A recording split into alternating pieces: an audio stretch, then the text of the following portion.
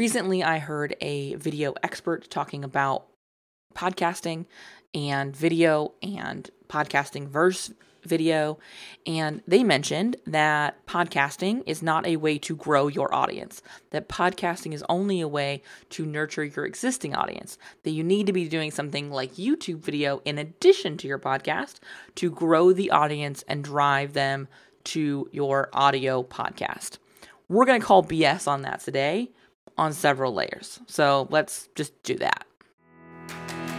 Welcome to the More Profitable Podcast with Stacey Harris. I'm Stacey, and this is the spot to learn more about the strategies, tactics, and tools you need to build your more profitable podcast. My team and I work every day with podcasters like you to shift shows from frustrating time sucks to productive members of your sales team, because your show should be built to generate and convert leads. So let's get into it. Welcome. I'm going to start this episode with a couple of disclaimers. And first and foremost is really, the disclaimer is my largest point maybe, which is that whenever you hear anyone, literally anyone, telling you that you have to be doing the thing they're an expert in to achieve your goal, question them. I frequently see this, and I've seen it for years. I've been in business 12 years now. We've been doing this podcast for 10 years now. I have seen so much of this over the last decade, where you find somebody who is a platform or a tactic expert, and suddenly you're sold on the fact that that is the only solution. And so first and foremost, the first point we're going to jump directly in is that anybody who's telling you that their way is the only way is not to be believed and is not to be trusted with, frankly, anything. I love podcasting. I think podcasting is absolutely an excellent tool for growing your audience, growing your business, as a sales tool, as a marketing tool. I don't think it's the right choice for everyone.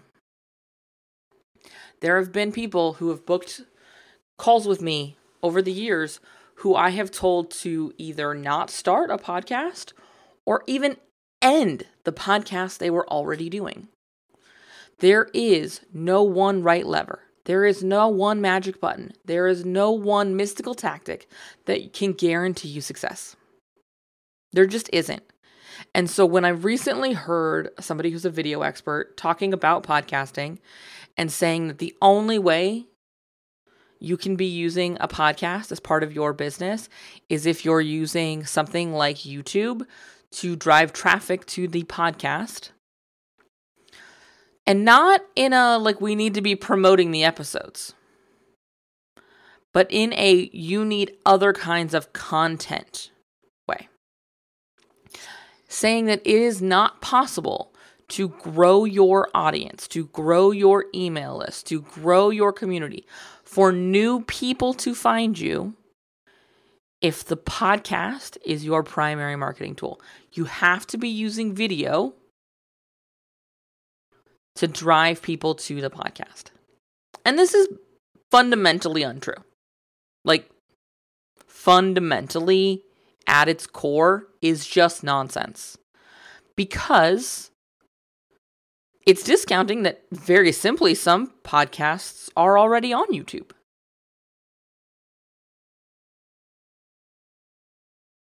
Either as video podcasts or as like a full-length audiogram kind of setup. But that is a platform you can put your podcast on. Aside from that, there are lots of people who don't consume video, who don't consume YouTube content, who do consume podcasts, who do search through the podcast player, who do look for recommendations, who do search via, regular search engines, Google, Bing, whatever. There are ways to equip your podcast to be discoverable via search. This is why we pay attention to things like titles and episode show notes and things like that. It's because we're making sure we optimize ourselves for discoverability. And the problem I have with this is not, oh, stop picking on podcasting. That's not even going to be the point of today's conversation. What I want us to focus on is the absolute shenanigans, just BS that is being thrown at us day in and day out, that there is one lever you have to pull. If you just find the right expert to teach you the right tactic, you too can be endlessly successful online. You too can be endlessly successful in your business. You too will be making 6, 7, 8 figures a year, a month, a day, whatever the BS dream being sold in that particular webinar is. And I don't like that. I don't want us to continue to live in this idea, this fallacy, that there's going to be one way to win. There's not. There's lots of ways to win. And so, can a podcast grow your audience? Absolutely. 100%. Will it? For sure. The moment you launch it? Probably not. With time, doing the right things, working it the right way, if you have a target market that listens to podcasts, if you position it well, if you set it up to drive traffic to somewhere beyond the podcast, it will be easier for you to see that it's happening. Yeah, you got to do some stuff. Will a YouTube channel magically grow your audience? No. It will if you set it up right and you optimize it the right way and you give it some time to work, you do it strategically, and you use it to drive traffic somewhere where it can be measured like an email list or to your offers so you can see it working and people raising their hands. Notice that was fundamentally the same. There's not a right one and a wrong one. There's just two different tactics. I want to take a minute and invite you, because these are the kinds of conversations, this is the kind of BS calling that I really love doing in our Podcasting for Profitability roundtable. We took September off, but we're kicking one off again in October. I want you to head over to uncommonlymore.com/roundtable and make sure you join me. We're setting this one up again as a Q&A because of the conversation we're having today. I am so frequently hearing from people, maybe more than ever this year, that someone told them they have to do X or Y or Z to achieve their goal, to grow their audience, to start seeing more sales, to grow their email list, whatever. But that they're being sold this idea that if they just pull this one lever, it will all work out. And so I want us to have a place where we can have a conversation, where you can get an honest answer to your questions. It might not be the answer you want. It might not be the answer that will get you to pay me a bunch of money, because that's not the goal. The goal is to give you the answer you need, to give you next steps that you can take to get where you want to go. Not necessarily what you want to hear, but I will tell you the truth. And so I'd love for you to join us again, uncommonlymore.com/roundtable. Get on the list. When you reserve your spot through that, you'll get an email confirmation saying you're signed up. Inside of there is a link. Go leave your question in the form. I always prioritize the questions that are submitted ahead of time. If you can't make it, a replay gets sent out. So don't worry about that. But go in and submit your question. Again, uncommonlymore.com/roundtable. Let's shift back into talking about the idea that a podcast can or can't grow your audience. Both are true. Just as they are with YouTube and LinkedIn and blog writing and guest posting and paying for PR or an ad strategy or any of these things. Any of these things can work. Any of these things cannot work. But you have to be going about them strategically, and you have to be considering the larger layout. You've got to be considering the context, the nuance. I know this is something that we often want to skip over. We often want to go right to this will work, this won't work. But that's not reality. What is reality is that you have to be able to answer some other questions.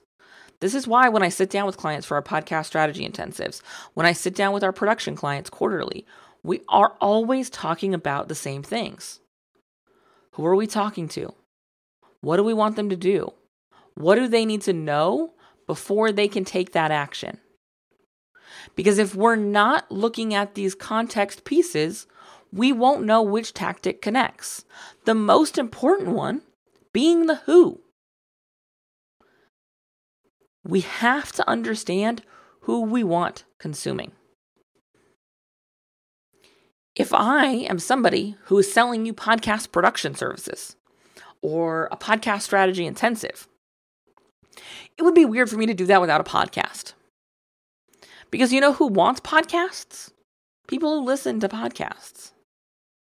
People who write blogs want to write blogs and they want to read blogs. They can be talked into a podcast. I've seen a lot of them do it. And that's why we have to talk about pod fade as much as we do. But what's important here is that we're looking at the people I'm talking to, the audience I want to build. How are they consuming content? Are they on TikTok? Are they on Instagram? Are they on LinkedIn? Are they reading these publications that I'm being pitched to? Are they listening to podcasts? Are they sitting and watching a YouTube video? What are they doing? How are they consuming content? Because I want to create content, not that I want to create, but that they want to consume. Now, in full disclosure, I have tried to create content that I hated creating because I thought it was how my audience consumed content. That's right. Way back when, long before this podcast existed, I wrote blog posts. And it was atrocious. It was terrible. Truly, wholly terrible. You know why? Because I don't like it. And so it made it a really poor reading experience, frankly, and an even worse writing experience. And so I started shifting. I knew I would like this. Quite frankly, I've been called a social butterfly and told I talk too much since maybe the moment I started talking. This works for me. This is an easy way for me to create content. And so I looked at building an audience that consumed content this way. It became a part of my ICA. It became a part of my ideal client avatar. Because it was important to me that this be the way we connected, because it's the way I liked connecting. But that doesn't mean it would work universally. If I was trying to sell you something else, even if you consumed content this way, I'd have to be thoughtful that the medium I was using translated. If I needed video, I'd probably have a video podcast instead of an audio-only podcast. I'd probably still have longer form content, though, than a traditional 5-minute YouTube video. Because I know that for my audience, a part of us connecting is the time we spend together here. It's not real long, but it is long enough that there's a purpose to it. There's a beginning, a middle, and an end. There are structure and points. It's not, I'm looking to get in, get my tip, and get out. This is not just education, but it's trust building. And so even if it was a different medium, the structure of my content would be the same. Notice what I'm talking about now is not the tactic, is not the mode. It's the purpose. It's the strategy.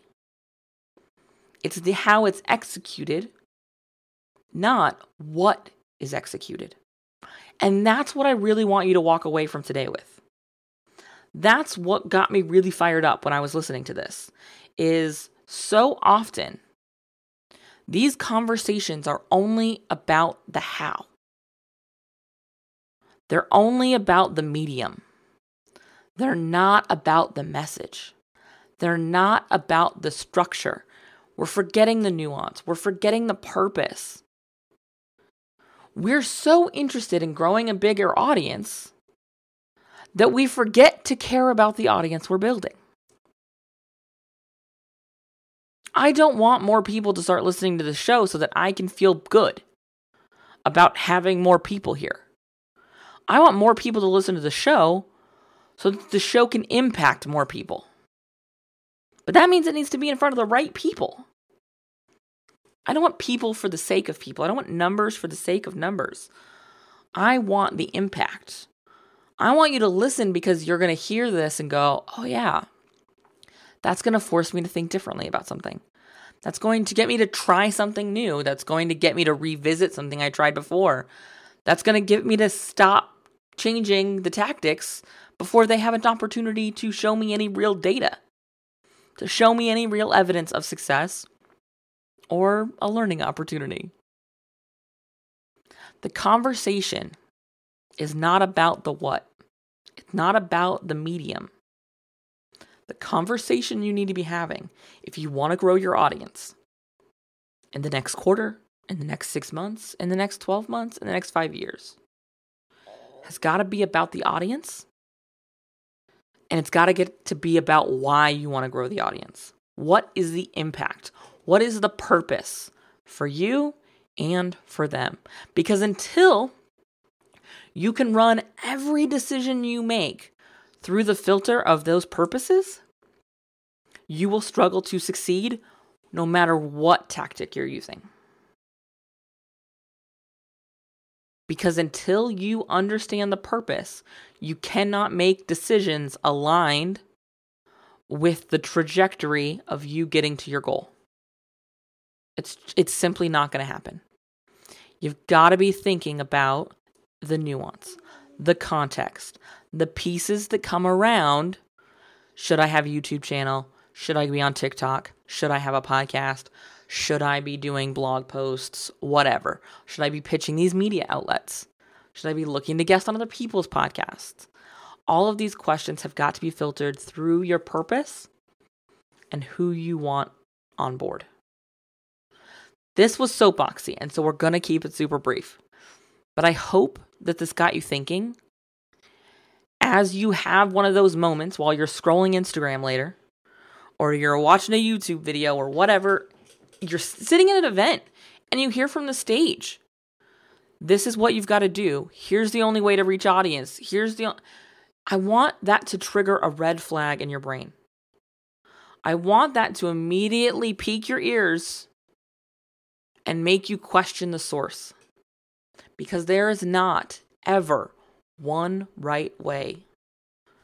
Not to grow your podcast, not to grow your audience, not to build your revenue, to do any of it. There's just not. If there was, I'd be a lot richer because I would be selling that to you. Let's just be clear. I promise if there was one magic way, I would be using it and I would let you know what it was. Okay? I promise.